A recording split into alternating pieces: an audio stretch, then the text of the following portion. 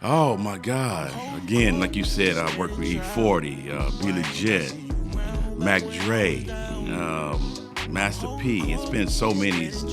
JT the Bigger Figure, In Too Deep. I work with so many artists, so many that didn't really make the fame names. Right. And it's just too many to name, bro. Yeah. I can't remember a lot of them, but I worked with, had my hands on probably every artist in the Bay Area at that time. They see me winning. I'm holding court instead in trial. What's up, world? It's your boy, Big Court of the Holdin Court Podcast and Legacy Builders. You already know what it is, man. Tapping in for another one here with my beautiful oldest daughter, Rachel Renee. How are you today? Good day, LA. Okay. Yes. And also, again, I want to tell you guys about my new community, Legacy Builders. You can go to iambigcourt.com and sign up. We focus on mind, money, and motivation. So if you want to learn how to monetize your talents, monetize your social media, business funding, e-commerce, all of that, you want to go to this community and get that support and get to the money and boss up your life. So on that note, we have a very special guest today, and I don't say that lightly. This man is a legend, and I don't just want to say a Bay Area legend because he's created so many hits for so many people in music just in general. His career probably spans, I'm going to say, maybe at least 4 decades. I don't want to age you. Almost. Almost 4 decades, but you've been in the sure. game. 3 for sure. Three for sure. Yes. Producer and legend and newly filmmaker, the legend himself, K-Lou. How you Ken doing, Franklin. bro? How What's you going doing? on with you, OG? Oh man, just living, blessed to be doing what I'm doing still. Yeah. Can't be happier. That's right. Yes, So, yes. man, listen, me coming from Kansas City, Missouri, and of course, Kansas City and the Bay having such a kinship, streetwise and musically, I can say probably, man, listen, maybe 50, 60% of the rappers and the music I listen to, you had a hand in. Oh, wow. From the Master P's to Right, the right. E-40s and the Sick Witteds and the list goes on. Yes. Quick roll call on people you produce in the Bay. Oh my God! Again, like you said, I work with E-40, Be Legit, Mac Dre, Master P. It's been so many.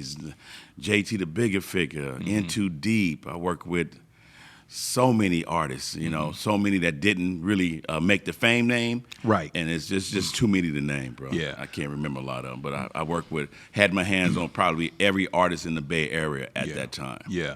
But the funny thing is during the 90s, because of the whole independent explosion, Yes. these guys, even though those guys may have not been, worldwide or super big in the game in totality, but they were big dogs, regional big dogs, especially in Kansas City. These guys were stars. Yeah, a lot of cats would actually go to Kansas City for shows because that's where a bulk of the audience was from. Right. Right. Yeah. Yeah. So it was real big, man. Yeah. So you rep the Bay. Yeah. But oddly enough, Yep. you are from the South. I'm from the South. Yes. I'm from Port Allen, Louisiana. It's a little town outside of Baton Rouge. Yeah. And from there, made it my way to the city. My mom moved to California, San Francisco, Fillmore area. And I did a lot of my early years in the projects, at West Side Project in Fillmore. Then from there to Richmond. Okay. Where I ended up. What age did you move to the Bay?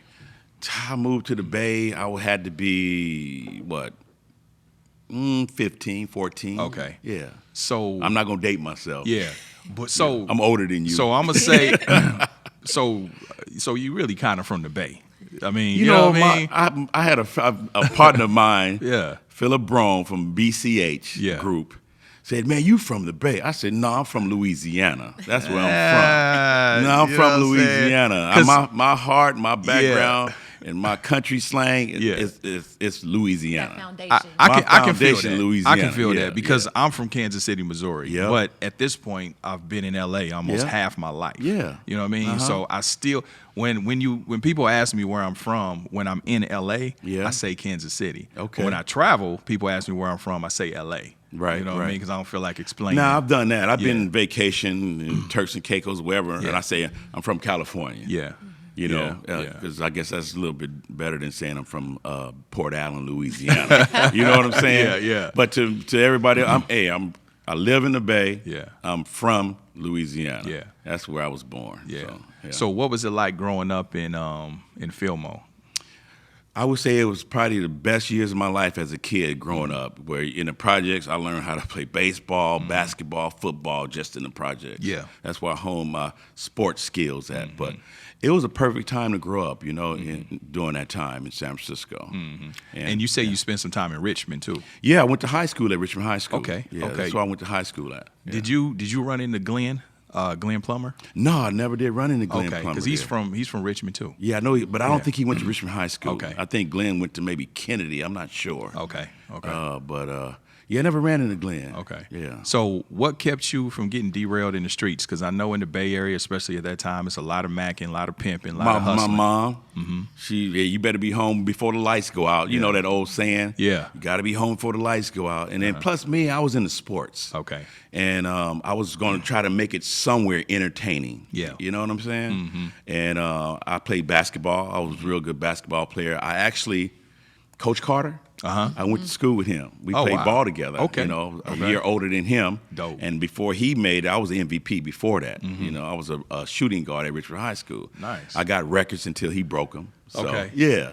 And I just was never a cat that was in the streets. Yeah, because after sports, I go home because moms, Yeah. You're tired after Yeah. sports too. Yeah. I mean, there's something to outlet. say to that. I think you're right. You know, Right, sometimes when kids don't have those extracurricular activities to focus Absolutely, on, absolutely. they can get into mischief. Yeah. Yes. So were you always musically inclined? No, I didn't really pick up any instruments till later on in life. Really? Yeah, I can tell you this story real quick. Playing basketball, pickup game during the summertime, I blew my knee out. Okay. Right? Just career over. So I was going, Kaiser Hospital in Richmond used to be on Cutting. And I was early for an appointment. So downtown Richmond, it had like a bunch of pawn shops, mom and pop stores. And I'm walking down the store, so I stop at this pawn shop. I see a bass guitar hanging in the window. I don't know what drew me to it, but some say, go get that. Go check on that. So I went in, back then you can put $5 on something at the pawn shop and layaway. Exactly. Yeah. Don't ask me why. But anyway, after I don't know how many months it took me to pay $8 a week or whatever it was, finally got it out and I taught myself how to play bass. And another good friend of mine, Eric E.Q. Young, he's a bass player, very known, played bass for Confunction. He's on tour with Charlie Wilson now. Yeah. I bought an amp from him and I taught myself how to play bass guitar. Really? And that's how my music career began. I don't know what drew me to it, but that's how that career began. Pre-YouTube. So how did you teach yourself bass guitar? Well, I was just playing, messing around with it, listening to a lot of old funk records, Earth, Wind and Fire, Cameo, and I would listen to it. That's how I became really good at picking out instruments because I would listen to every little part from the horn line, the keyboard line, the string line, the guitar, and I'd play it. Yeah. And I'd redo it. This is when I used to record from tape to tape. Yeah. I wasn't honing my skill. That's how I learned, tape to tape. Tape to tape. Yeah. Tape to tape. Tape. You had to be quiet. Yeah. Because it pick up everything. Absolutely. Yeah. By the time you kept, dubbing, It would lose quality, quality, be noisy. terribly. Oh, Yeah. man. It'd be hissy. Yeah. So that's how, as I got better and better, at this time that I used to go to clubs, like had the Lucky Lion, you wouldn't go to a club and find a DJ spinning records. You would go into and you'll see a band playing. That was our entertainment. Now you go to a club, you see a DJ. Yeah. You see a band playing. Yeah. So I tried to join some of these bands, and I wasn't good enough to get picked, right? So I started my own group at the time. So that's how that all started for me. That makes sense because a lot of your music, especially in the 90s, it was funk driven. Yes. Yeah. Yes. Yeah. Real musical. Yes. The Yes. bass lines. Bass and it makes line. sense that you play bass. Yeah. Because Mostly bass. Yeah. Absolutely. Absolutely. Yeah. That's just from me listening to a lot of them old funk records. And like I heard this interview with Dr. Dre. He said all he did was listen to 70s music. Right. That's what I did. I listened to all these 70 records. And that's where that real funk came from. So Would you consider yourself, probably you and I'm assuming probably Sam Bostic and Mike Mosley probably share in it too, and Al Eaton to an extent, but he was a little bit before you. Mm-hmm. Would you consider yourself kind of, one of the godfathers of mob music? Not at all. I don't even think they're the godfather of mob music. You know who that really is? Who? Studio Tone. Really? Studio Tone was before you? Yes. Studio wow. Tone. Studio Tone was before me in the sense of where he went to Richmond High. Yeah. But he was in the music class in band, and I was in sports, so we never really. Got you. You know, he was trying to get there one way, and I was trying to get there another. Yeah. But Studio Tone is ranked one of my top 5 producers of all time. Studio Tone. He dope. created that mob sound. Wow. And see, if you go back, you know how you have these producers like Teddy Riley. Yep. Under Teddy Riley, you got the Neptunes. Yep. So under Studio Tone, you got Mike Mosley. Yes. Under Mike Mosley, you had Rick Rock. So Rick Rock was before you as well? No, Rick Rock is after me. I'm talking about Studio Tone, Okay. the umbrella. Yes. The umbrella went Yeah. from Yeah. Studio Tone, Mike Mosley, Rick Rock. That's where that. Okay. And Studio Tone created that mob music, that Bay mob for E-40. Okay. That's where that came from. Yeah. Okay. So everybody keep not mentioning. You learn something new. Yeah, you're not mentioning Studio Tone. He was the godfather of the mob music in the Bay Area. He was well before his time. But let me ask you, Studio Tone, because I only associate Studio Tone with Sick With It. Is it because it seemed like, I don't know, but you produced for a lot of people. Because that was my choice. Studio Tone, Sick With It had him locked up. Okay. You know what I'm saying? So that's why I said that, because you did more volume. Because you work with more I artists. work with a lot of people. Yeah. Think about Beats by the Pound. Who they work with? That's only real. Master P. Only Master P, yeah. Right? Yep. I remember when Master P asked me, man, we got to do this. You got to come down here and move that. I said, I can't. I got other acts I do. Mac Dre. Yep. You know what I mean? I work with everybody. So I couldn't do it, you know. Well, who was the first artist that came to you in the Bay when you transitioned from just being a bass player to saying, you know what, I'm gonna actually make beats and make music for rappers? Well, it's a story before that because I was making music for a group that I started called Kajamin. Okay. See, Kajamin was signed to Macola Records. Macola Records was a record label. Yeah. Yeah, that Studio Tone was signed to. Right. A couple of other artists in the Bay Area. That was our first deal. And that's Jerry Heller. That was well, with he Macola. worked for them. But He Okay. didn't sign us. He worked for them at the time. I didn't really meet him, Jerry Heller, but we got our deal through Macola. Okay. We had a local hit record and that played on the radio in San Francisco and called "It Ain't Over Till It's Over." And it was a modest hit record in the Bay.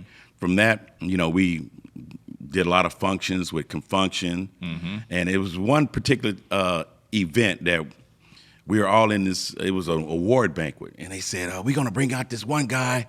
He's going to entertain you guys, right? This guy came out. He was in a white tuxedo, and we all sitting at this table, this big round table, about 8 of us. He came out dancing, right? He had a red cummerbund, a red tie. He was dancing. I said, man, this ain't going nowhere. Yeah. It was MC Hammer. Wow. Yeah, it was MC Hammer, and then look what happened. He blew up. Yeah, because we never seen that before. Right. So not seeing something that you're not used to, you're gonna turned off to it. That's so, right. Especially back then. Yeah. So Kajamin was really that's how I really honed my production skill because I was a producer of that. I was trying to follow into Maurice White of Earth, Wind & Fire or Larry Blackman in the Cameo. This is before I got into rap. Oh wow. I learned the R&B, I learned that side of it, which helped me later on do the rap stuff. Because rap was, I wasn't into rap. I was recording R&B. Damn, that's crazy. Yeah. That's crazy to hear that because when I hear your name, I associate you with all the gangster rappers in the Bay. Nah, now you do, but it's a lot that I was doing before that. I was in the R&B. Yeah. So I wasn't doing rap. So what made you transition and pivot from R&B to rap? Once I was doing my rap music, I decided let's try to make some money at this. Let me see if I can make a go at just doing this for a living instead of working jobs.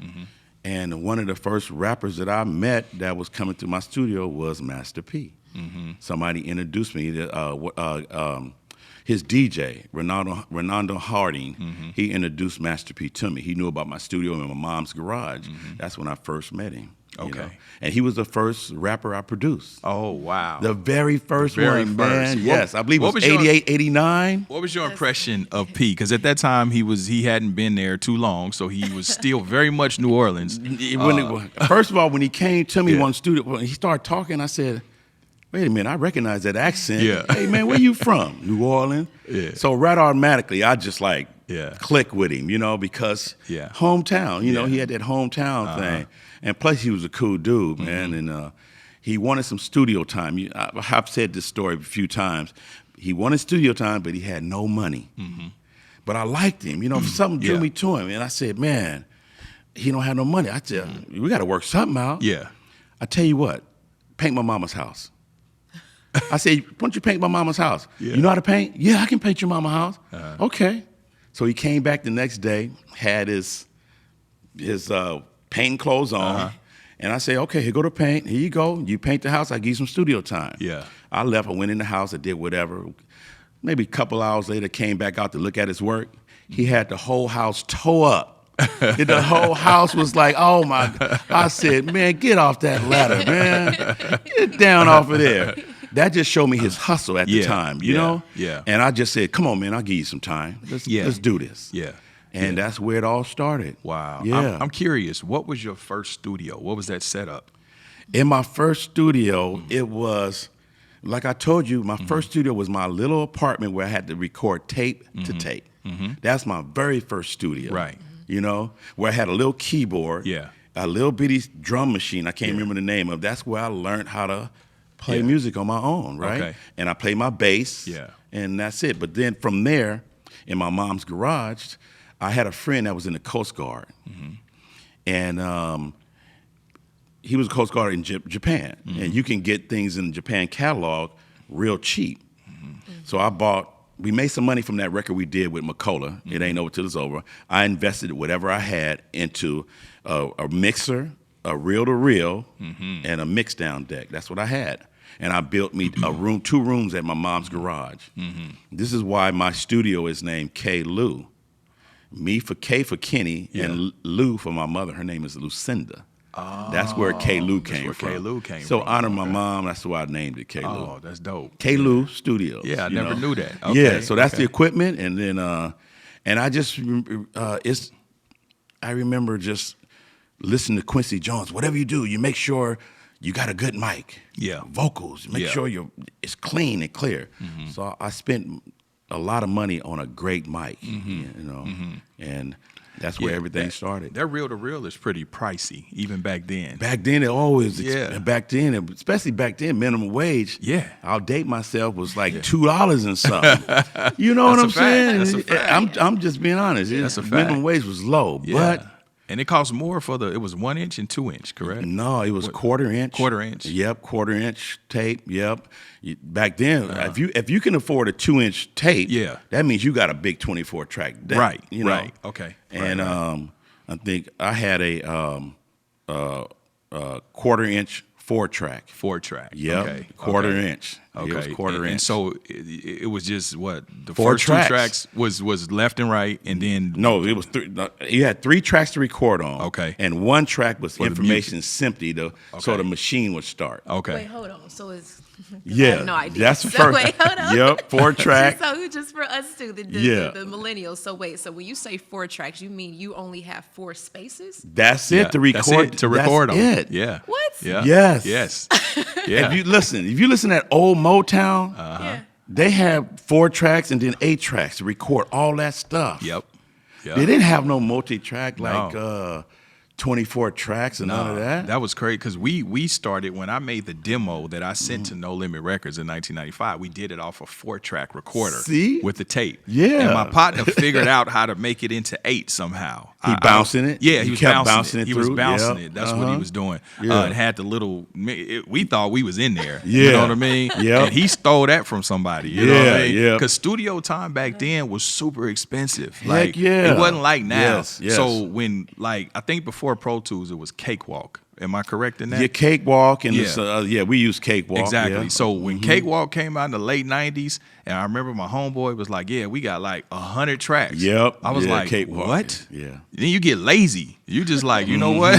I'm just gonna Yeah. punch in every Yeah. line, you know, because Yep. for so many years you kind of had to just get it right through the verse because you Yeah. had to spare tracks for ad libs and That's right. all of that. But let me So- go back before the 4-track.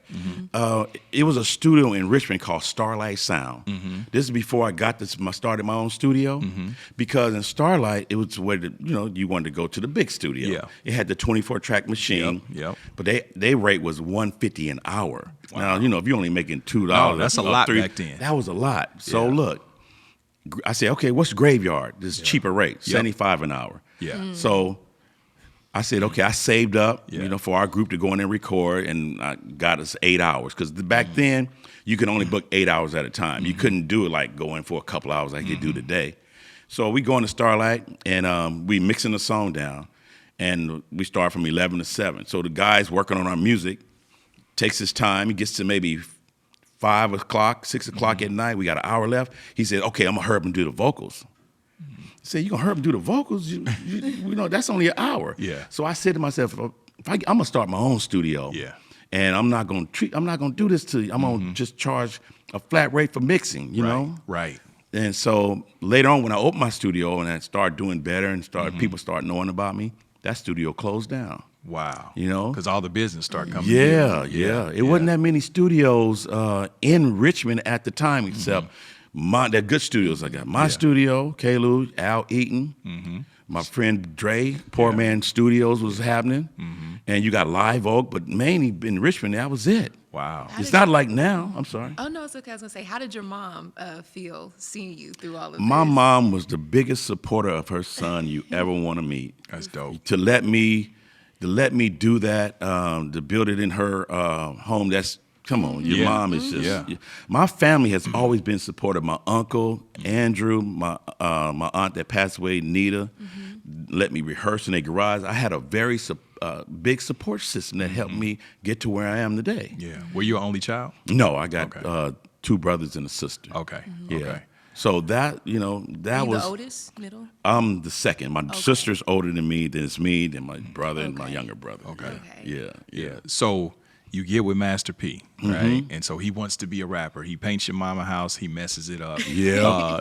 But you liked him. He eventually comes back. Yeah. What are some of the first records y'all did? In there? Mind of a Psychopath was the first one we did. Okay. And And what did you think about that? Because he's new to being a rapper. he's new to being a rapper. I mean, at the time, like I said, I wasn't into rap. So he sounded all right to me. I mean, he wasn't the best thing I ever heard, Right. but he sounded cool. He didn't know anything about rapping. That's right. You know? Yeah. But back then, I just knew something. He always wanted to make deals, right? Yeah. He was good. Yeah, though. he was a hustler. He was Yeah. a hustler to the. I already knew he was a hustler by Yeah. even. He did whatever it took to get where he is. That's right. You That's can't right. take none from that brother, man. I don't care what you say. He did whatever it took to get to where he was going. He had a plan. Knew where he wanted to go, and he got there, bro. So at that time, as he's starting, he's Master P, and I know it's Silk.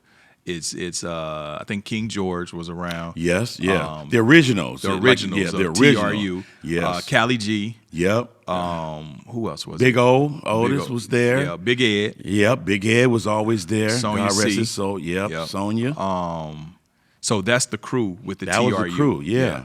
Yeah. He stuck with that same crew. You know, no one else was coming. This is before Beats by the Pound. Yeah, for sure. Way before. For sure. Yeah. Yeah. So did you, at some point as he's developing, and he's getting better, did you see something, or were you still like, I mean, he's consistent, He was consistent. He was just trying to find his way. Yes. You know what I'm saying? Yeah. And at the time, you have E-40 that was really big at the time. Yep.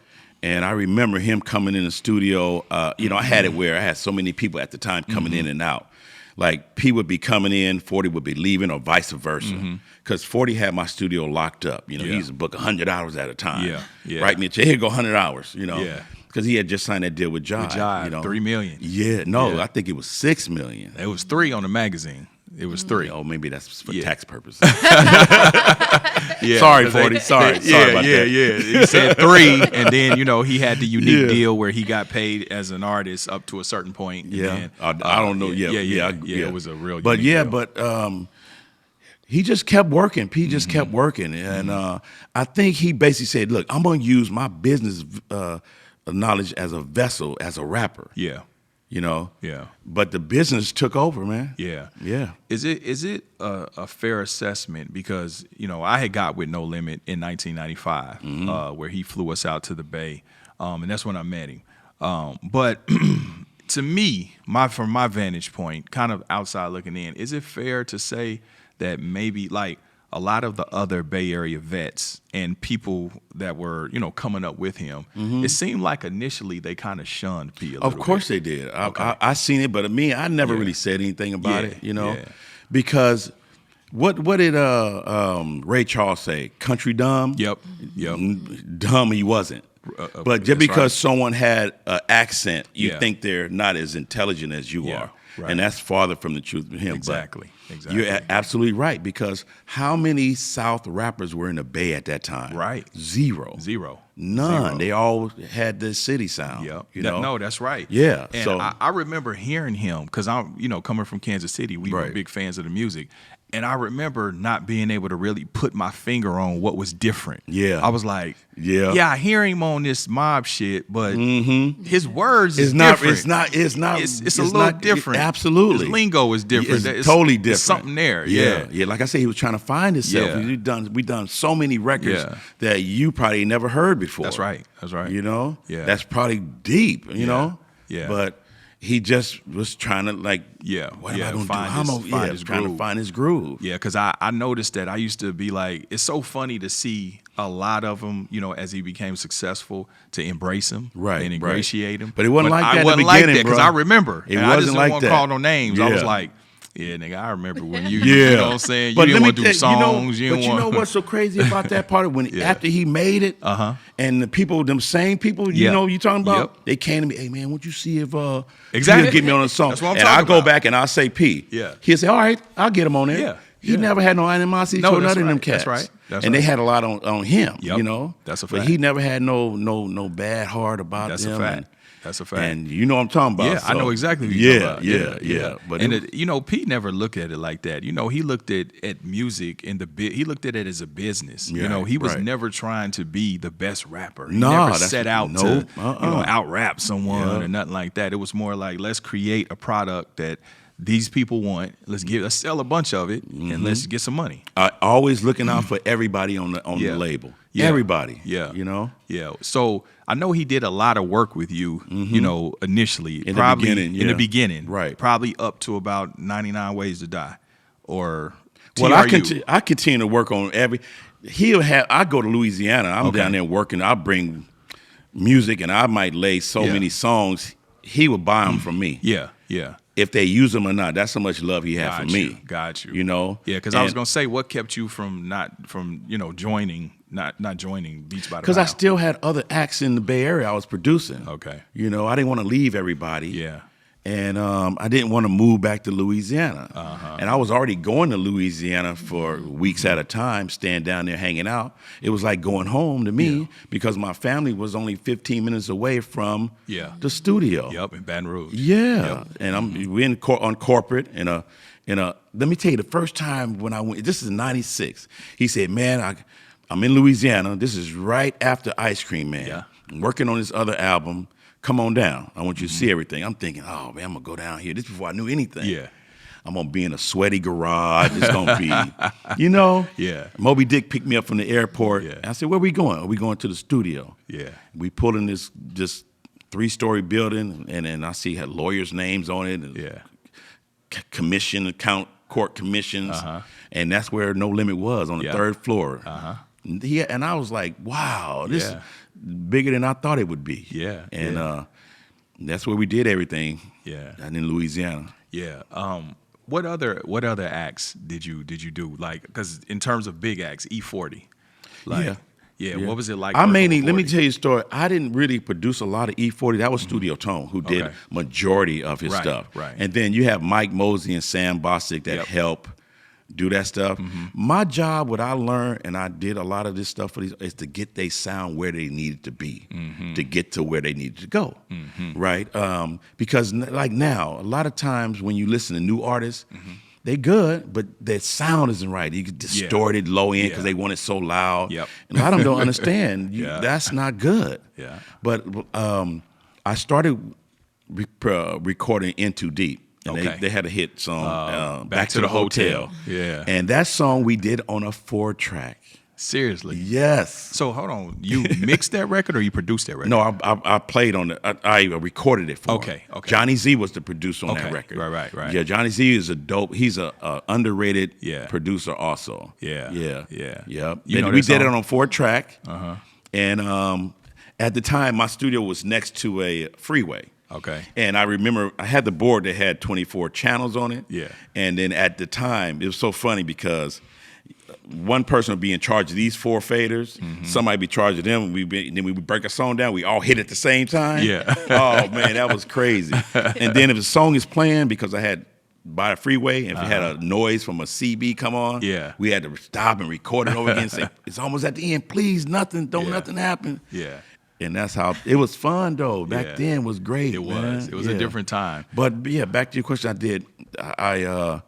I worked on Mac Dre. I produced Mac Dre when he got out of jail. Okay. I had the Rompilation 1 and 2. Okay. Me and Funk Daddy did the whole Stupid Doodle Dumb album. I did half, he did half. Mac Dre was a great friend too. I didn't know him a lot, but when he came around me, he used to crack jokes on me all the time. You know, Yeah. he called me old, my head was big. But then that means he liked you. Yeah. You know? Yeah. I seen somebody in the studio didn't crack no joke on. Yeah. He didn't like He him. wasn't vibing with him. Nah. Yeah. But it was like a lot of artists that I produced that just didn't make it, but had good music. That's right. The That's a scene lot in of the Bay Area in the 90s was huge, man. It was. People was getting deals, and Yep. it was a great time Yeah. to be a How do you- producer. How do you help them hone in on their sound? Like with your talent, like what do you hear with your ear, and what does that process look like for you on your end? Well, like when an artist come and they have a bass sound and they got a kick and it's not meshing together, it's my job to make those two go together. Okay. You know, to EQ it where you can still hear that bass and you can still hear that kick pound Yeah. where it's not clashing. Yeah. When you listen to some of that music today, it's clashing and it's too loud or it's too distorted, you know. Yeah. And that's from my early years of knowing how to mix. I didn't get taught that. I taught myself. Yeah. I didn't take any classes on how to mix or Right. do anything. Right. It's just me listening to those big records, those 70 records Yeah. that Dre talked about. Yeah. That's what I listened to. Yeah. So it has to, even today, it has to sound a certain way. Yeah. For me to be like satisfied. Okay, I'm cool with that. Yeah. Yeah. Technical question, real Yeah. quick. So, do you prefer the warm, reel-to-reel analog sound, or the ADAT, or the now I very hate the hot- ADATs. Yeah. Let me tell you a quick story about the ADATs. Elises or Tascam? Elises. Okay. And Elises, this was years later, not years later, when P was playing basketball for Toronto. Yeah. And he called me and said, man, I want to do this basketball song. The read, man, he's playing basketball. Yeah. So I redid that. We were in LA, he booked the studio. We were working on the Elise's ADATs. We had 4 of them, you Yep. know, had Yep. all my music on there. So he was flying in. We only had him for a little while. Yep. And then me and the engineer, Claude, we had everything set up. He flew in. He did his vocals to the song, right? So he said, y'all, you got everything? You know, my job. Yeah, we got everything. So we're going to mix it while he flying back, go to play basketball, Toronto. He gets back on the plane. He's in the air. All right, hit play. Tape got ate up. Wow. The tape got ate up, man. Wow. So luckily we made a test print of Yeah. a test copy of the song. Yeah. And we ended up using that. We called him and said, hey, man, the tape, man. Yeah. He said, did you make a copy? I said, yeah, we did a test. Oh, I used that one. Yeah. That's how he was. He was not even tripping. No, that's about it. right. And I was tripping because the thing, Yeah. it ate it up. Yeah.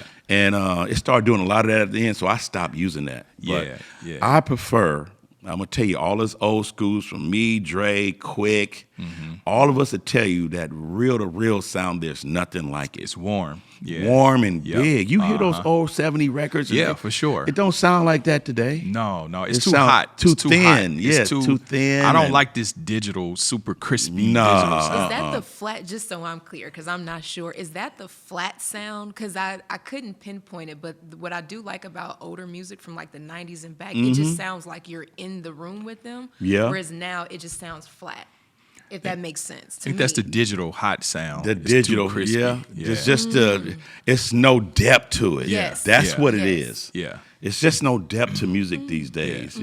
And the kids don't know because they don't know what that sound is like. Right. But us old producers, we Yep. know that sound. Yep. And this is, when we messing with this sound today, that's the sound we going for. So that's why our mixes might sound a little bit different. Yeah. Because that's what we go for. I believe Dr. Dre still uses reel to reel. I think he mixes them both. Absolutely. I I think he heard takes that. the digital and goes to reel to reel. Yeah, he dumps it. He Yeah. does it. He does all his tracking. Yeah. Then he dump it in, Yeah. in the reel. Then he mix that. Yeah. I still have a reel to reel machine. I don't use it. I Right. still have it. Yeah. Well, Yeah. story that we were talking about before we came in, when I signed with No Limit, and we were in the Bay, we came to your studio, and you didn't remember us. Right, but right, I'm sorry. I think it was that time. I don't remember you being there. I just kind of remember you letting us in, and then it was KLC and Moby. They were doing everything. Okay, right. But it was to get to your studio. That was like an accomplishment for us Oh, in '95. wow. Like Couldn't believe it. I We can't couldn't believe believe we it. here. You was like Dre to us. You know what I'm saying? Like real Oh, talk. wow, I wow, told P. wow. I said, man.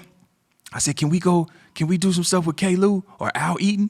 And he kind of laughed. Was like, yeah, I'll take y'all over by K. Lou. He country. I take you by K. Lou. Yeah, And to your point of that overnight graveyard shit, that's what we did. It was like we was in the studio from like midnight to like Oh, really? 8 in the morning. Oh, I think I graduated from doing that. Yeah. That's why they you were weren't there. That's why you right. wasn't there. I was at home probably. Yeah. Yeah, because it's foggy for me, but I Yeah. do remember you letting us in. Yep. And then they kind of took over and you Right, went about your right. business. But it was the first time I had been on Reel to Reel. Okay. And that was exciting for Is me. that right? Why Yeah. was you recording before? What were you doing? In Kansas City? Yeah, you said the little tape deck. Yeah, we was on a Yeah. 4-track. So we came from a 4-track recorder to Right. Reel to Reel in Okay. your studio. I think I had a 16 Yeah. track at that time. Uh-huh. See, my progression, I Yeah, kept yeah. I kept reinvesting in myself. So. Yeah. And I remember being in the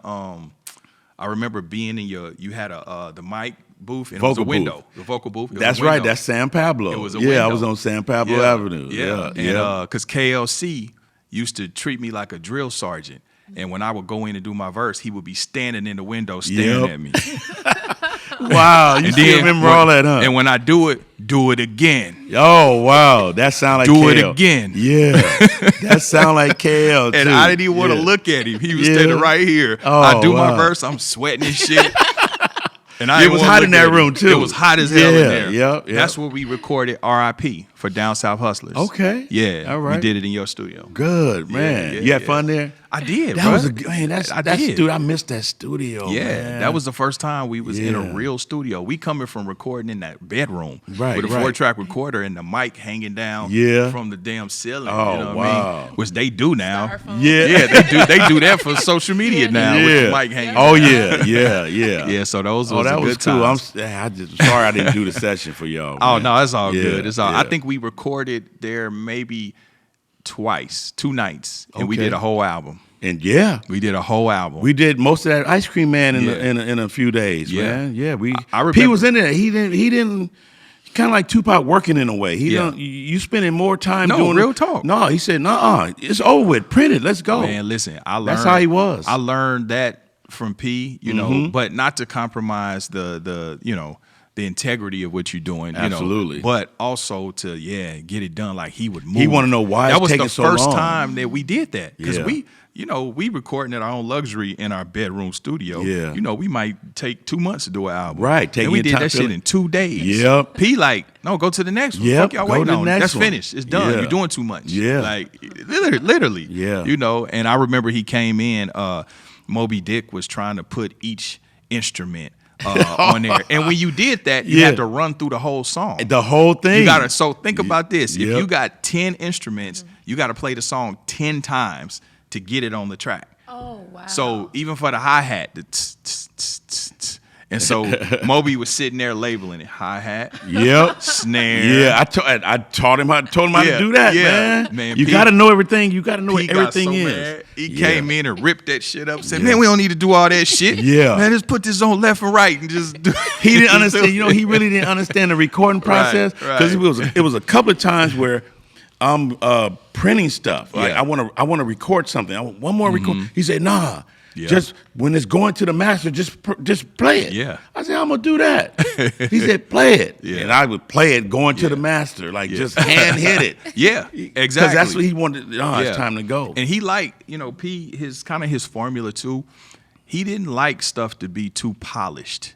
Absolutely. He liked a level of Yes, flaw, which made it more Rawness. raw. He wanted that raw. He wanted it raw. Yeah. He didn't want it perfect. No, he didn't. Yeah, Nope. so because he understood that music, at least at that point too, it wasn't about perfection. The people listening don't know about scale and all of that. They're not gonna hear the mistakes They're not that gonna you hear hear that. or that It's what a I feeling. hear. It's a Yeah, feeling. absolutely. He's like, no, it feel right. Yep, So it's it was- right. You know what I mean? Yep. But toward the end, we were doing like 4 albums a month, releasing 4 albums in a month. It was crazy. Wow. Yeah. Wow. So what are some of the notable songs for the people that's watching that may or may not know your work? What are some of your more notable songs that you produce?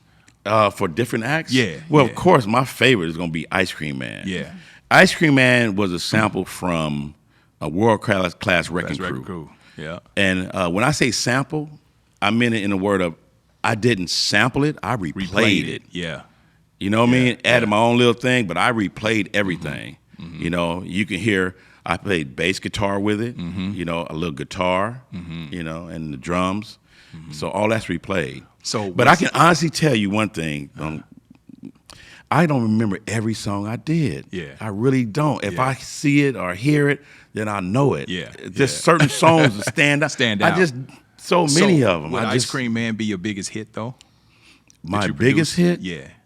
My most favorite hit, not my biggest hit. What would be your but- biggest that you consider? Yeah, part of an album. Oh, that's really hard to say, man. You know, I guess I would say Ice Cream Man. Ice Cream yeah, Man. Yeah, Was because that's really the record that got everything started. That's right. You know, That's right. Yep. That got everything started. That's right.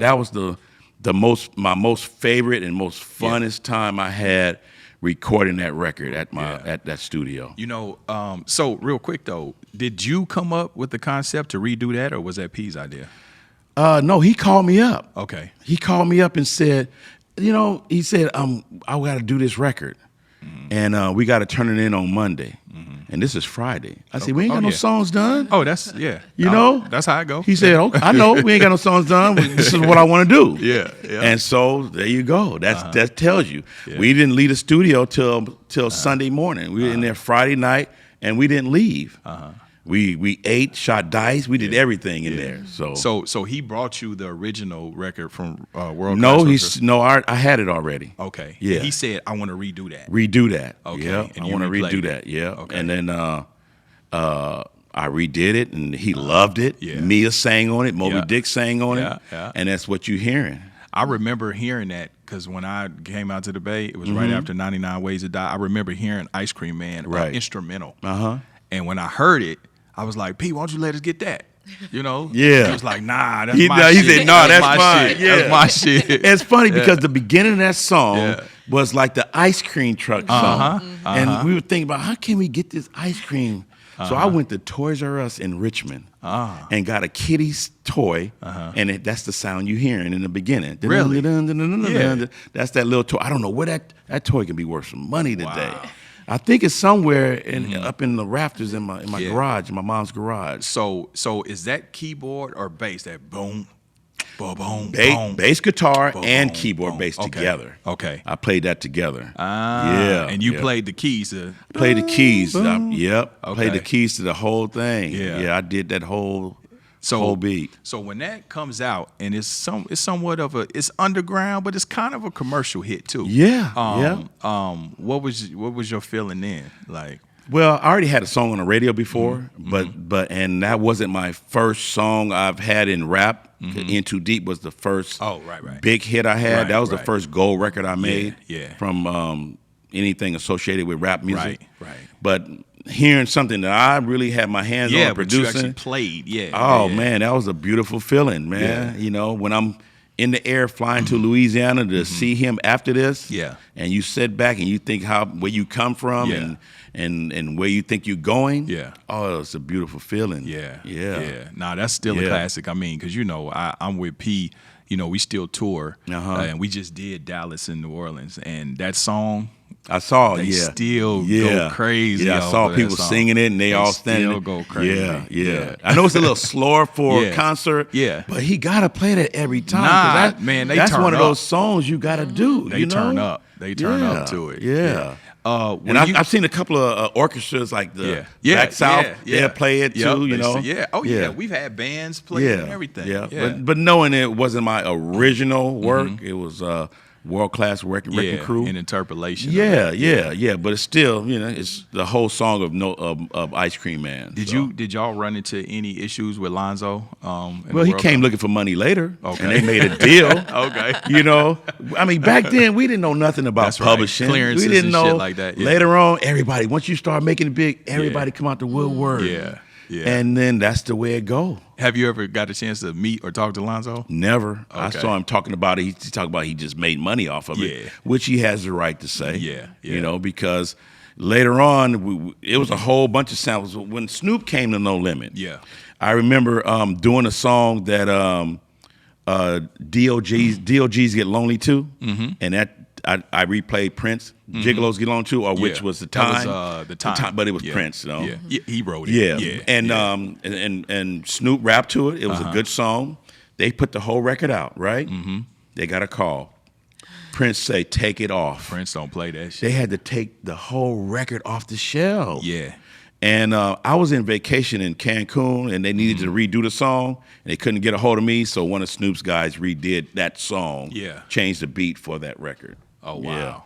Yeah, but Prince was powerful. He said, take Prince it don't off. play that shit. We tried to pay him off. He said, I don't need your money. Take that off. That's a fact. And they took it off. They had to take it down off the shelf. They cost them a lot of money. Yeah. But they had to redo it. Yeah. Prince was funny like that. He wouldn't even clear the song if you didn't own your masters, he was real. If your messaging just wasn't on par, if he just didn't like it. Even if he heard it and was like, nah, you didn't do it right. And then when he accepted it, it had to be the whole song. Yeah. So he can get all the publishing. So he get all the publishing. You couldn't do his lyrics with your own beat. Yeah. Or you couldn't do his beat with your lyrics. Nah, you had to get his whole song so he get all the money. Yeah. I mean, that was his right. He was shrewd. But a lot of times during that time, no one knew about publishing and sampling. Oh man, P got sued a lot. Yeah, I know. We didn't know. Yeah. How did you make out after all the music and the hits that you've done, and then you too not understanding the business fully like that? Let me tell you a story, real quick story. Not understanding the business about publishing at the time. A company came to me, wanted to do a publishing deal with me. I'm saying, what's that publishing deal? Blah blah blah blah blah.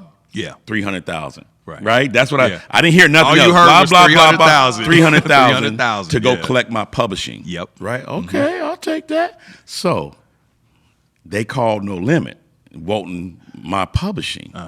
Right. So I'm at home one day. I get a phone call from P. I just hear yelling. I said, what the hell? You got them white folks calling me for this money, that's man. a fact. You got this. Man, I can't deal with you no more. Click. Yeah. Damn. Yeah. So he didn't call me for 2 weeks, right? Like he was pissed.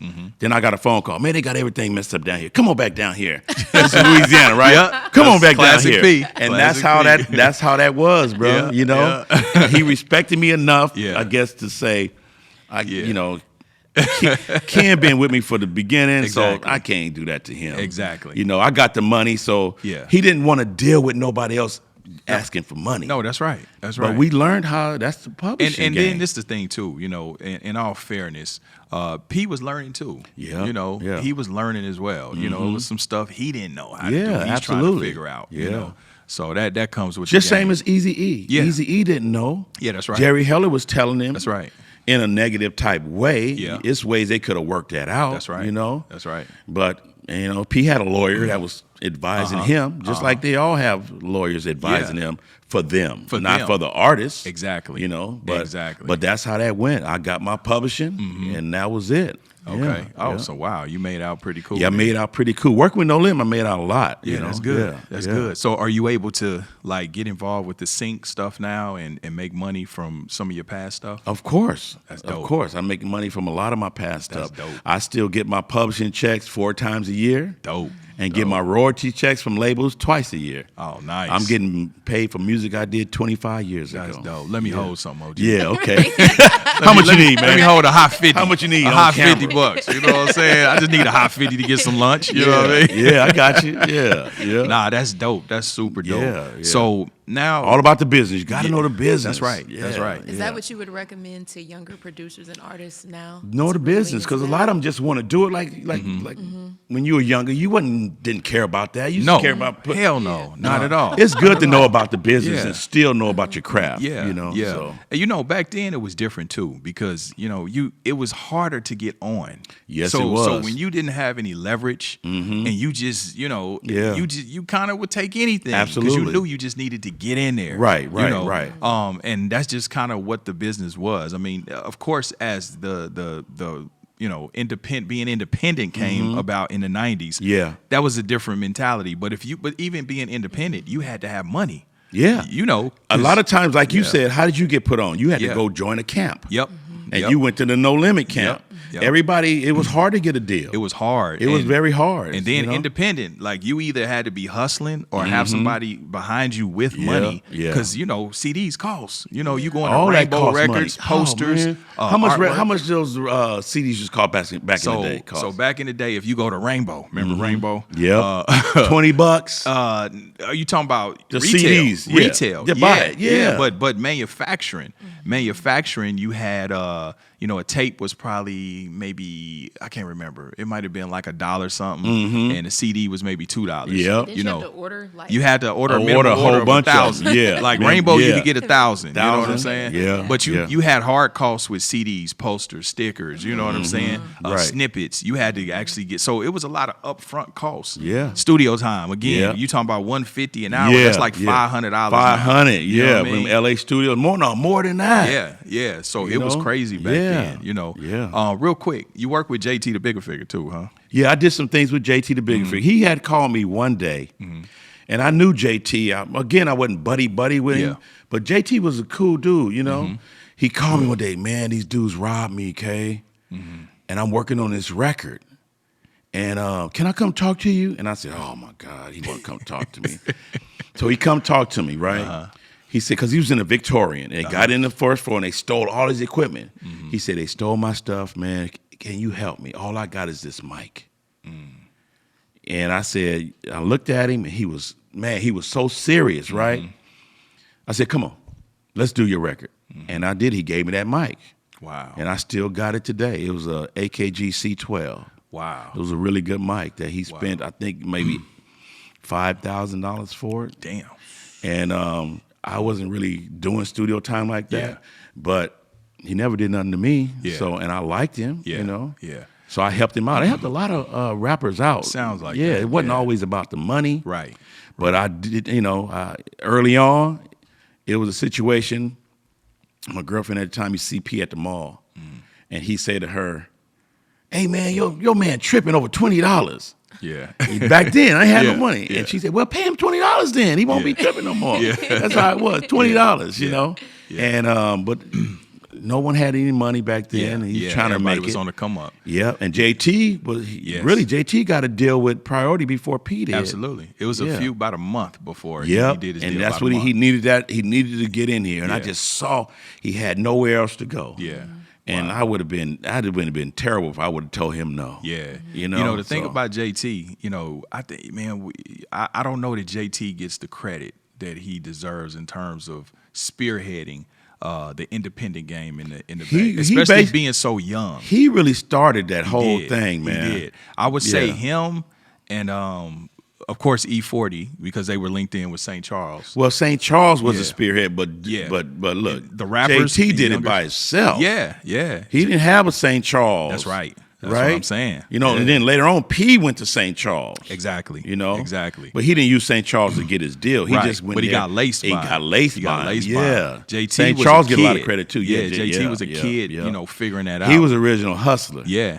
Yeah. I don't think he gets the credit. You know what I'm saying? That he deserves with doing He got that. a brilliant mind too. Yeah. He's very smart. Yeah, very I talked smart. to JT probably about 2 months ago. Okay. And we were talking about some TV fast channel Yeah. OTT type shit. He's Yeah. always He got the forward next thinking. thing, You know what I'm saying? man. He's always Yeah. on the next thing. That's right. You know.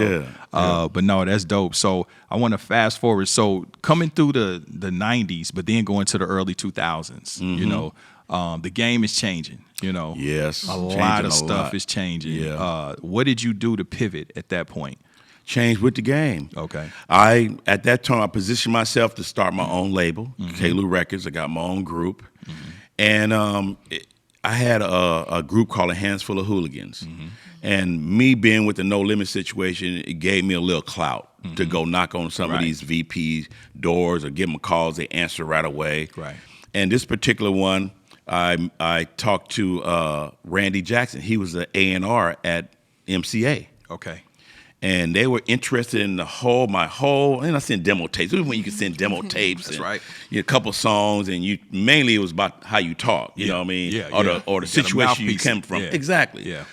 So I flew to LA with my lawyer. We talked, and they were interested in my whole camp. We're gonna do a big deal. And at the time, I had like 4 guys and a girl, Buddha Mac, right, and a handful of hooligans. And Randy said, "Okay, I want to sign you guys. I want to sign your whole company. I'll send you a deal memo on Monday, right?" So here comes the weekend. My right-hand guy at the time, Rodney Evans, God rest his soul, now he's not with us, said, "Man, you ought to tell him." I said, "Man, I don't want to tell him yet because ain't nothing signed." Yeah, He yeah. kept egging me, "Man, tell him, man, they have a good weekend." So I ended up saying, "Okay, we got a deal. Randy Jackson from MCA going to sign us to a deal. Y'all, we made it, right?" Yeah. They all happy. The kids in the candy store. Here comes Monday. The fax machine. That's how we used to Oh, get yeah. information. The Yeah, fax machine come. I'm machine. waiting for the numbers to come. So I tear it off. I'm reading it, because I'm thinking it's going to be a couple $1 million. And Yeah. then I see one person named the girl Buddha Mac. Oh, wow. Oh, my God. They only want Buddha Mac. So I called, talked to him. "What's up, man?" "Oh, I went to New York. They only like the girl." After I told everybody, right? Damn. Then so here they come Monday. They come in the studio. I got to tell them. One of the guys got a Mercedes-Benz catalog looking at a book. Oh, shit. Oh, he got Another- that money spent oh, already. man. Oh, fuck. and my boy Rodney said, "You got to tell him." And I couldn't tell him the first day. Second day I had to tell him. Man, I got good news and bad news. Good news is we got a deal, but it's only for Buddha Mac. You should have seen their faces, bro. Damn. I still see it today. It was sad. Bruh. A couple of them ran out the studio. Yeah. And it was like, the Buddha she sat there and looked like a deer in headlights. She Yeah. never had a deal before. Wow. But she was the hardest working Yep. artist I had. Yep. She lived in Westlake in San Francisco. She caught the bus, the BART, then the bus to the studio from Westlake to Richmond every day. And she worked on her craft. Yep. This is why she stood out. That's why she stood out in preparation. meets Absolutely. Opportunity. Yeah. Absolutely. Yep. So that's why she got the deal. Wow. Yeah. Wow. I just had a similar moment. Oh, you did? Like that, yeah. About 2 months ago. Uh-huh. Yeah, I was supposed to get a project greenlit. I thought I was right there. Wow. I just knew that. I know it's that big. feeling. Yeah. Man. Oh, And hey, listen, I'm on Zillow. You know? Oh, you looking at the house? Oh yeah, I'm on Zillow. Oh man, you 5 jinx million, yourself. 6 million. You jinx yourself. Yeah. You know what jinx yourself. Oh, I thought I was right there. Yeah. I'm on Zillow, Oh, and, wow. and it came through. Oh yeah, well we're gonna go a different direction. Oh, I swear, man, man, a that's tear terrible. almost. Oh, you trickled just down what my can you face. say though? You can't say anything. It's a part of the Sit game. there. That's part of the It's game. part of the bro. game. The Yes, heartbreaks. I've been through that. So, and that's a great segue. You've been in the game a long time. Mm-hmm. How did you deal with and overcome, such devastating blows and setbacks in this business? Because like I know, it's up and down. it's always up and down. You have Yeah. to just prepare yourself. Yeah. Because everything's not going to go your way. That's right. If you stay the course and stay true to yourself and what you do, good things are going to happen to you, So that's what I did. I'm a like I told you, I'm a guy that stand behind the scenes. I Yeah. don't like coming out front. Right. But I'm on your show here doing Yeah, this. yeah. And And that's what happened. I ain't even gonna lie. When I saw you on social media, I mean, it was funny. Like, what are you doing there? Yeah, it's like it was like, hold I'm on, promoting you my hear movie, the name man. for 30 years, and it's like, hold Yeah. on, that's what he looked like. Yeah, see, I'm a few pounds heavy Yeah, right now, but I had a golfing accident in December and I gained a little weight. So, Okay. yeah. Okay. So you were able to pivot, and this is what I tell people all the time: you're never too old to reinvent yourself. You're Not never at too all. old to pivot, and and sometimes you have to. You Right, have to right. reinvent yourself. So now we fast forward. You're obviously still in music, but Mm-hmm. now you really have dive feet first into movie production. Definitely. I decided to really stay in the entertainment field. Mm-hmm. And I said, what's the best way to do this? And I said, let me start doing movies, because I had a friend of mine, again, I mentioned Philip Brome. Yep. He did a movie and gave me the idea. He kept pushing me, oh, hey, man, you ought to do your movie now. And that's when I started thinking the idea, how can I do this? I need to find someone to do this with, right?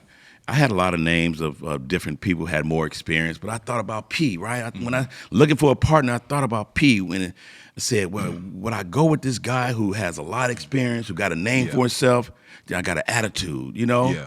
So I said, let me go with a young guy who's trying to build something, who can go where I'm trying to go. So I got this brother's name was Jamel Brinson. So that's my partner, and then we just decided to start Media Stream Pictures.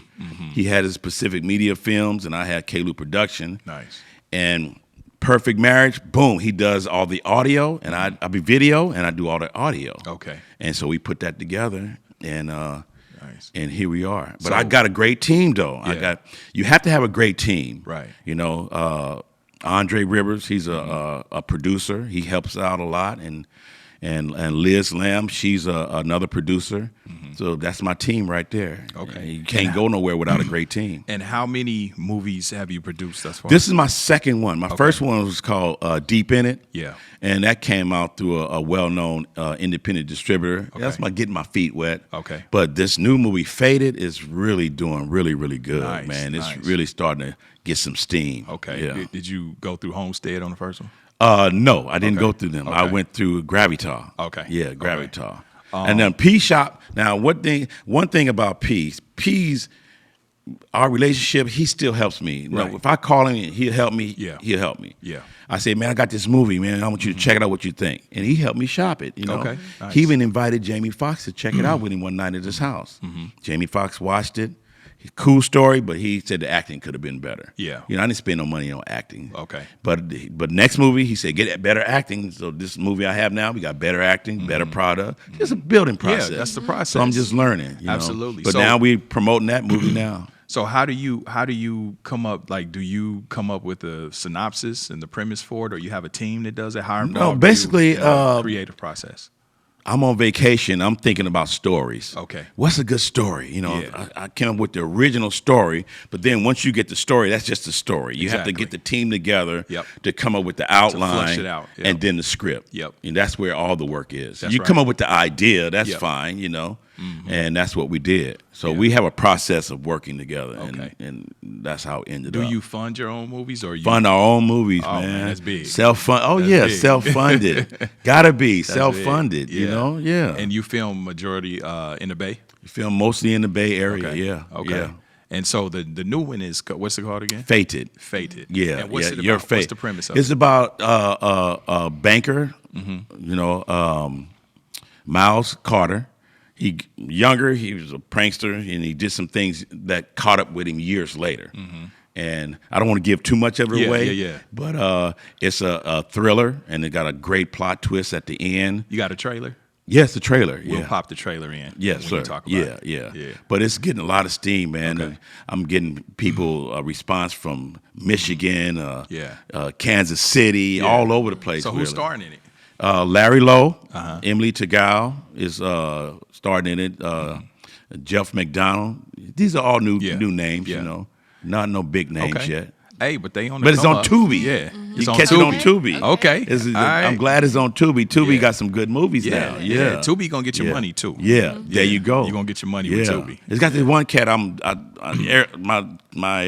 My crew hear me talking about this one dude, Dennis Green. I say, I want to be like Dennis Green. Yeah. He got this whole system of running this whole business. Oh, you talking about Dennis Reed? Dennis Reed. He's over at Dennis Homestead. Reed. Homestead. Yeah. That's why you mentioned. Yeah, I'm I know bringing him Dennis. up. Yeah, that's why I brought him up. I know Dennis Dennis. is dope. Yeah, I know Dennis. I mean, I don't know him, but I followed him, Yeah. and I like his whole situation. I just love. Oh yeah, Dennis. Yeah. Dennis is. You can somewhat say he's the Master P of that. That's of that what I'm space. saying, Yeah. because he mentioned Master P in Yeah. the records, and Yeah. he's kind of doing to film the same way he is doing the Master same P, thing, yes. and I want to do Yes. that same thing. Yeah, so. Dennis got it on lock. He's got a whole little formula that has proven to work. Yes, in that he's movie he's space. doing really good. Yeah, he's doing good. I've had a few conversations with him and my business partner Steele. We got a situation with Homestead. So Okay. that's how I know Dennis. All right, you gonna get him on the show? Yeah, for sure. Okay, let me know. I Absolutely. like to tune in. Oh yeah, definitely, Yeah. definitely. Yeah, we talked about it. Yeah. We just got to catch him when he's Yeah, out but here. I plan on doing. We got like maybe 5 films set to go. Okay. I'm gonna be the same thing. I want to put out 5-6 films a year. You know, so Yeah. I'm No, really that's trying dope. to build that. You know, in That's the Bay dope. Area. So do you get so you're trying to replicate what he did in Detroit? That's in the right. Bay. Yes, Yeah. yes. That's you know, dope. yeah. P That's did dope. it too, but you know, yeah. Do you get the same gratification from producing films as you I did got music? excited about doing film just like I got excited about doing music. You know, I have the best job in the world. I own my own recording studio. I go to a job that I love every day.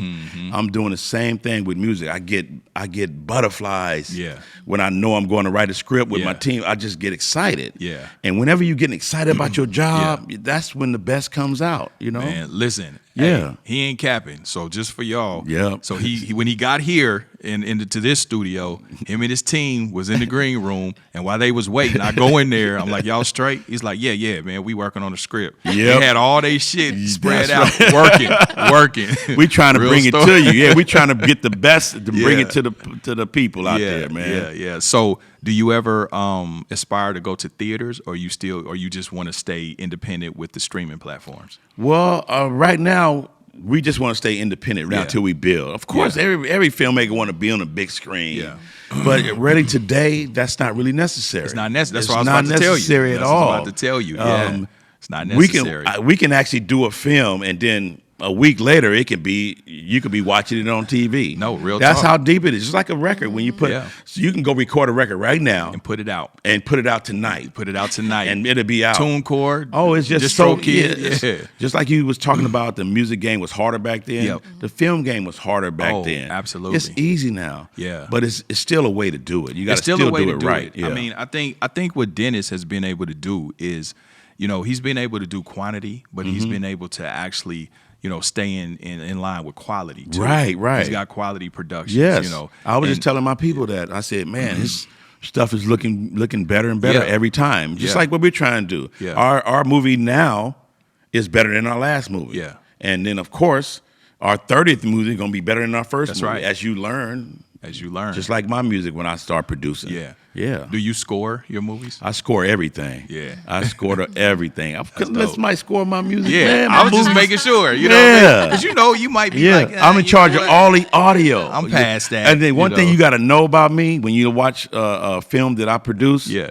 the audio gonna be perfect, On point, The yeah. the dialogue gonna be Yeah. crisp. The Yeah. music gonna be full. Yeah. That's what I'm. Come on. Yeah. The audio is mine. So yeah. you score it, but do you do the sound design as well? Yes. Damn, you do all of that. Everything, 'Cause yes. them are two different things. I for know, people watching. yeah. I'm in Damn. charge of the sound design. Yeah. And then get this, we do a lot of ADR voiceover at my studio. I hate ADR. But you gotta, that's one gotta thing do about it. independent film. Yeah. A lot of times the audio is The bad. audio's off. Yeah. Yeah. Yep. But my audio's on. When you hear Dennis talk, his audio's on too. And for those that's watching ADR, so like if you see two actors and they're outside at a beach, what you're hearing is not the real sound because that's too noisy. So Right. they go into the studio and they do those lines in the studio. Yes. I've done it a few times. It's hard to match what you did in real time. Right, I right. hate doing it. But you know what? When you leave there, that engineer, my job is Yeah. to get that right. Right. to move it and do whatever you need to do but to get saying it on it with time. the same inflections in that Yes, time. it is. The actor's not there most Mm-mm. times. It's you just watching yourself and trying to do the line the same way. Yeah. I hate it. Yeah. So I do everything audio you hear Yeah. has been recreated That's by dope. me. That's dope. Yeah. So with that being said, so movies. Anything else you know that you're pivoting to? Because I mean, you didn't had a hell of a life, hell of a journey. Oh man, I've been blessed, man. No, I want to get this movies thing down first before I move to something else. Yeah. I think I'm gonna go to brain surgery next. You know? But I'm believe you could do it, though. I believe I could do it too. I believe you could do it. I believe I could do it too. Yeah. But I want to get you this picked movie up down. a guitar and taught yourself Taught bass. myself, and yeah. built. Think about what you built just off picking up that bass. Right. It all started there. It all started there. Seeing That's that bass in that window at that pawn shop Yeah. started it all. Yeah. But yeah, just So when we gonna see a K. Lou movie? K-Lu, what you seeing with the movies I got? No, you mean no, about no, me? about you. Oh, that's very good. Yeah, that's very good. I got to be a part. Yeah, That's yeah. a producer credit. There you go. There you go. Y'all hear it right yeah, there. Yeah. You hear that, team? You hear that? He wanted No, K-Lu movie. but real talk, something though, like that I would think you be. should consider that. Yeah. I would do it as a series. Because now, you know what I mean? Because if you do a movie, then you shoot your wide. Right, but right. with a series, you It can can create keep a going. world. It can keep going. You know, and that's you a can good create idea. worlds within that. Because guess what? Guess who's attached to your world? Yeah. E-40, Master P. Absolutely. So now you have these other worlds and these other paths that you can take. So I would. That's a good idea. Yeah, Okay. yeah, I'm Yeah, think I about think you that. should do that. Yeah, I'm gonna think about that. I think you should do I that. could get a few episodes out of that. I got a lot of stories too. Yeah, man. you can get a stories. few seasons. Yeah, because you yeah. figure a season, what is 8 episodes? Yeah, you know what I'm saying? You can get a couple seasons out of that, and Yeah. then think about shit. You fuck around and do it independently and get it picked up with stars or something like that. You never know, huh? Yeah, as long as it's And make all it about around the execution. and pit it in the early 90s. Yeah, because you got Really, think, whenever you got to think of the stories. That's what I'm saying. You got all these names attached. Mac Dre that hadn't made and all it of yet. that. Yeah, I'm with all these guys before they made the fame. That's what I'm Untold saying. So I've seen all of this. Yeah. You know, Yeah, I will okay. put that in motion. That would be dope. Okay. Yeah. I'm gonna give you credit if that happens. Nah, that's Say you my know, boy you Court got that came one up with OG. that. You got that He one, OG. He told me to do that. But what I will say is however I can be of service Okay. in front of the camera or behind the camera. Obviously, you have me. You know what I'm No saying? problem. I'm here Thank to you very service. much. I appreciate But yeah, that. give me a little part in it. You know what I'm saying? Yeah. Let me You have to play. recreate. Yeah, you create. We create. Have you think- come back in the studio like you are now? Yeah. First time. Oh, you want to be a rapper, huh? Yeah. I got to drop about 70 pounds. Yeah. but, I can play.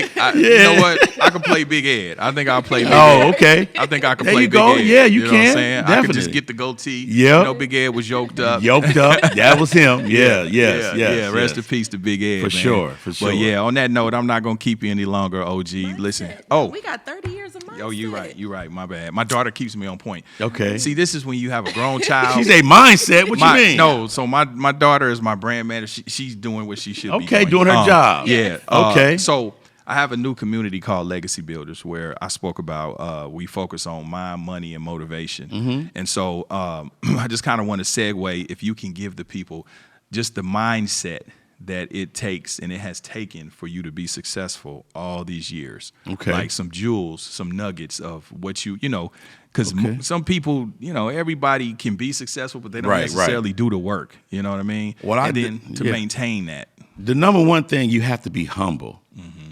And my old philosophy is the same people you pass going up is the same people you pass going down. Mm-hmm. My thing also is I never treated anyone different because you had a gold record to someone who was just starting out. You have to treat everybody the same or treat them like you want to be treated. That's the main thing, and like be very humble. You go a long way. Yeah. And fly straight. Basically, keep your nose clean. keep your nose clean, man. Your Don't pick integrity. sides. Yeah. That's what I did. That's why I'm still in this. They call me a legend because I'm old in the game. Mm-hmm. You know what I mean? You don't get old by messing up or getting your nose dirty. You know. Right. I can call people that I worked with 30 years ago and they'll answer right away. They'll do something for me because you don't get that if you screwing over people or you do bad business. Yeah. I can call P. I can call 40 on it. He'll answer. Yeah. Because my name is clean. He know when I'm calling him, is something important. Yeah. Because I don't bother them unless it is. Right. But that's the main thing, man, is be humble and just keep in mind the same people you pass up, same people you going down. Treat everybody the same. You'll be all right. And that's what I've been living by. Yeah. Well, it's been working, you know. So on that note, did we get what we need, daughter? Yes, we did. Okay. Was that enough? Was that enough? Yes, Yes. All right. yes. Hey, listen, brother, we appreciate you, what you've contributed to the culture. 30 years of giving us hits, especially us from Kansas City that love Bay Area music. You know what I mean? Right. And now you're blessing us with your creativity and your gift through movies. Man, we appreciate that, and showing us how it's to be done and with integrity. There you go. And the thing Yes, is you're right. I never heard any dirt on your name. Yeah. I never heard no BS attached to you. You know what I'm saying? Yeah. So no, you've done a wonder with that, because you know how this game can be. I know how it's be. Yeah, I know exactly how it be, man. Yeah. So man, listen, we just wanted to give you your flowers. I appreciate you for coming. And But again, thank you, man. You have my pleasure being on Holdin Court with you guys. I really definitely enjoyed it. And you have an open invitation anytime you want to come and you want to talk about a new movie, new project. Oh, that's great. It's I'll whenever do that. you want. Just give me a heads up and you here. Thank you very much. My pleasure being here. For sure. Thank you. Likewise. Yes. So Big Court, Holdin Court Podcast, Rachel Renee, and the OG, the legend himself, Ken K. Lou Franklin. And we out of here. Thank Salute. you. Peace out.